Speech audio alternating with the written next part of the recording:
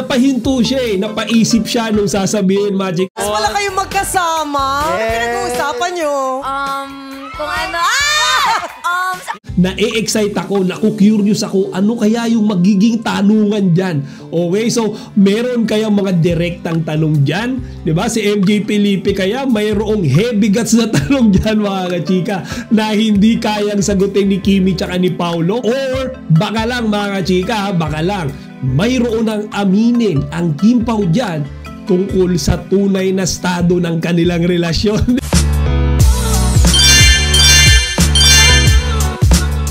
Magandang araw, mga chika. Rigel po ulit ay ni Chika Patrol. Bago tayo magsimula, mga chika, inaanyahan ko muna kayong mag-subscribe dito sa ating munting channel para palagi kayong updated sa mga latest at nagde-trending ng mga showbiz balita. Araw ng Miyerkules ngayon, mga chika, pero of course hindi tayo pwedeng mawala ng Kim Pao update. So sa mga hindi nakakaalam, mga kachika, ako actually personally hindi ko rin to alam. Ngayon pala ay Best Friend Day. Okay, so parang National Best Friends Day yata dito sa Pilipinas. At nalaman ko lang yan, mga kachika, kanina sa 8 Showtime. Kasi alam nyo ba na si Kimi na naman yung nabunot nila.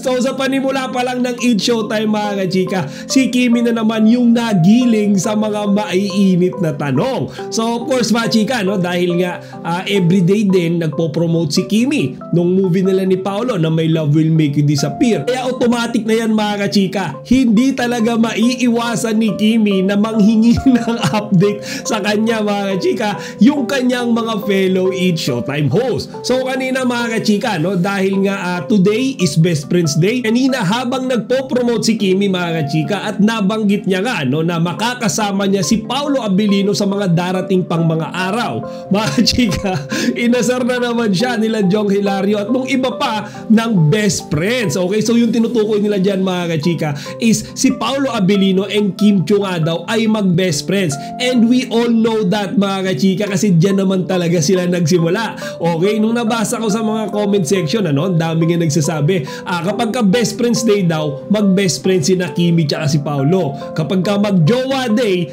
chika, araw din yan ni Kimi tsaka ni Paolo. So mga chika, ito naman nakita ko as in general perspective, kasi pag sinabi mong best friends, hindi ibig sabihin yan ay wala kayong relationship, di ba? Kumbaga kahit nga mag-asawa, pwede mong i-consider, di ba, na best friends yung asawa mo. Kahit na jowa mo yan, pwede mo siyang i-consider na best friend. Kasi mga chika, kapag ka best friend, ibig sabihin yan talagang very very close yung relationship nyo sa isa't isa, di ba? Kaya nga, mga chika, naintindihan na kaagad ni Kimi yan nung inaasar siya, kaya tawa lang siya ng tawa, tapos sinakyan niya pa, di ba? Bukod pa nga dyan, mga chika, nung medyo patapos na si Kimi sa kanyang pagpupromote, si Chang Ami naman yung bumanat sa kanya, mga chika. So tinanong ni Chang Ami, di ba lagi kayo magkasama ni Paolo? So ano ba yung pinag-uusapan nyo? So dyan, mga kachika, caught off guard si Kimi, kumbaga hindi siya nakapagsalita. Napahinto siya napaisip siya nung sasabihin, Magic. Syempre limited lang yung pwede nila i-share, di ba, mga fans. Buti na lang si Sir Ogie, sinalo siya. Okay, so sinabi niya ni Sir Ogie, yung pinag-uusapan ni Kimi tsaka ni Paolo is yung tungkol sa movie na ginagawa nila. So okay naman yung pagsalo, mga kachika. Mas pala kayong magkasama? Ano pinag-uusapan nyo? kung ano, sa yung movie kasi papalabas movie, syempre. Pero ako, mga chika, share ko lang sa inyo, personal experience ko lang to. Diba, nakasama ko or nakita ko dito si Kimi tsaka si Paolo sa Star Mall San Jose del Monte, Bulacan. And then may chance din, mga chika, na habang nanonood sila ng trailer, yung mga fans, yung mga Kim Pao fans, nanonood ng trailer sa screen, sa stage, si Kimi tsaka si Paolo nandun sa gilid, nag-uusap sila. So syempre, mga chika, si Chika Patrol, malakas ang pandinig yan basta sa Kim Pao. So nung mga time na yun, nag-uusap sila about something personal, hindi siya related sa trabaho, hindi siya related sa nagawa nila sa movie. Yung narinig ko, mga chika, parang pinag-uusapan nila that time is food tsaka workout. Hindi ko lang sure yan mga chika, pero yan yung pagkakarinig ko parang nagtatanong si Kimi about pagkain, and then si Paolo naman parang may sinasabi siya or sinasuggest kay Kimi about certain workout routine. So mga chika, ang lasang pandinig ko, pero yan na-share ko lang sa inyo mga chika, kasi diba sabi nila dyan kapag magkasama daw sila yung trabaho or yung movie pinag-uusapan nila.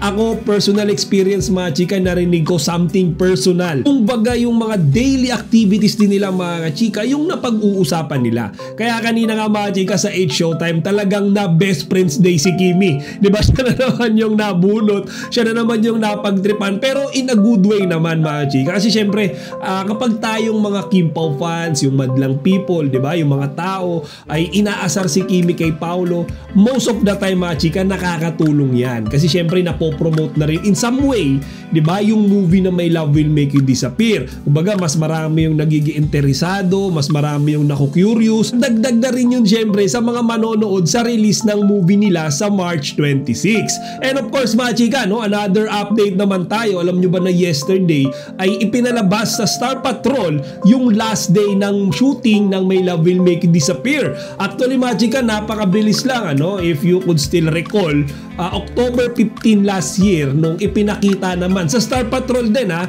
yung first day ng shooting nitong Kim Pao movie. And then yesterday nga, no, ang pinalabas naman nila ay yung last day na, 'di ba? So nakakatawa, ang bilis ng panahon.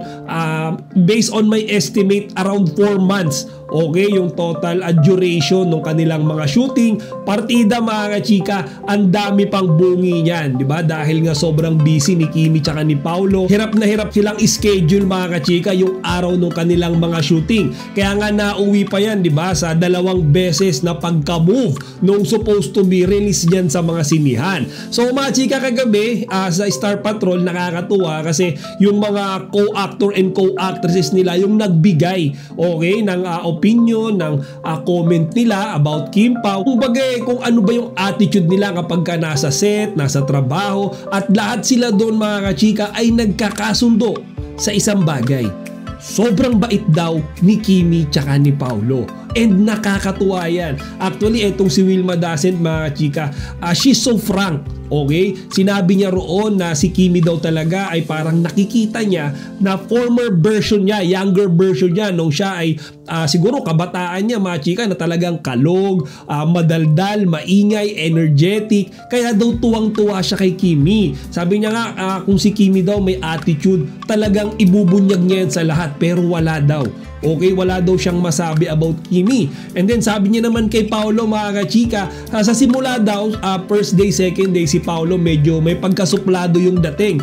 Pero nung tumagal daw mga chika, sobrang bait and approachable na daw. And mga chika, meron din sila si Wilma Dasent doon na nahalikan niya pa nga daw si Paolo dahil sobrang bango. So mga chika, and I agree, okay, nung nandito si Paolo sa Star Mall San Jose, naamoy ko si Paolo kahit siguro half meter, okay, yung layo niya sa akin, naamoy ko. Totoo nga ang bango ni Paolo. So nagsorry pa nga si Wilma mga chika kay Kimi, sabi niya sorry daw kay Kimi kasi nakisan niya yung jusawa, di ba, ng ating Chinita Princess. And then of course mga chika, bukod kay Wilma Dasent, may iba ring mga co-actor and co-actresses doon, di ba, na in-interview, kagaya ni Nico Antonio tsaka ni Martin Escudero mga chika. Ang sabi nga nila, si Kimi daw sobrang energetic tuwing nasa set. Okay, kumbaga si Kimi daw yung nagbibigay sa kanila ng energy kahit pagod sila mga chika, basta nandoon si Kimi, parang nagiging lively, nagiging blissful silang lahat. And then si Paolo naman daw sobrang professional pagdating sa work. Ginaguide daw sila mga chika in professional way. Siyempre, as a veteran actor, no, si Paolo, tinuturuan mga chika yung mga newbie, siyempre para ma-improve, 'di ba, yung kanilang acting skills, which is a good thing, 'di ba? And we expect nothing less from Paolo. Kaya nga mga chika, yung balita na sa Star Patrol, apakadaming views and puro positive din yung mga comments. Lahat sila sinasabi, lalo na yung mga Kim Pao fans sinasabi na hindi lang daw sa mga fans mababait ang Kim Pao, kasi pati doon sa mga kapwa nilang aktor, 'di ba, mga actress, talagang sobrang galing daw nila makisama. Kaya ako personally, mas lalo akong na-excite mga chika kasi ngayon alam na nating lahat na dito sa set talaga palang close na silang lahat. Kumbaga, para na silang isang family, wala nang awkwardness, wala nang hiya-hiya. Even kay Paolo, mga kachika, naging open na, di ba, sa mga kasamahan niya sa movie. Kaya mga chika, magiging maganda yung outcome nito, magiging maganda yung kalabasan nito sa big screen. Kumbaga, kung dati, di ba, si Kimi tsaka si Paolo lang yung talagang inaabangan natin dito sa movie na to. Ngayon, mga chika, dahil diyan sa pag-i-interview, di ba, sa kanilang mga kasamahan, mga chika, nakaka-excite na rin sila mapanood sa movie. Before we end this video, mga chika, gusto ko lang kayo i-remind mamaya 5 o'clock PM magkakaroon ng Grand Media Conference ang My Love Will Make You Disappear. So ina-expect natin, mga chika, full pack sila dyan. Nandiyan lahat ng cast. Okay, si Kimi, si Paolo, Wilma Dacent, Lovely Abelia, di ba? Pasawa niya si Bench Manalo, Martin Escudero, and the others. Kaya mga chika, kaabang-abang yan. Kagaya nga nung sinabi natin kahapon, na-excite ako, naku-curious ako, ano kaya yung magiging tanungan dyan? Okay, so meron kayang mga direktang tanong dyan? Di ba? Si MJ Felipe kaya mayroong heavy guts na tanong dyan, mga kachika, na hindi kayang sagutin ni Kimi tsaka ni Paolo? Or baka lang, mga chika, baka lang mayroon ang aminin ang Kim Pao dyan tungkol sa tunay na estado ng kanilang relasyon. Di ba? Di ba, mga chika? Kasi ngayon yun, mga chika, Grand Media Conference is the best time to do that. Kaya mamaya lang, again, 5 PM, sabay-sabay nating panoorin yan para malaman natin.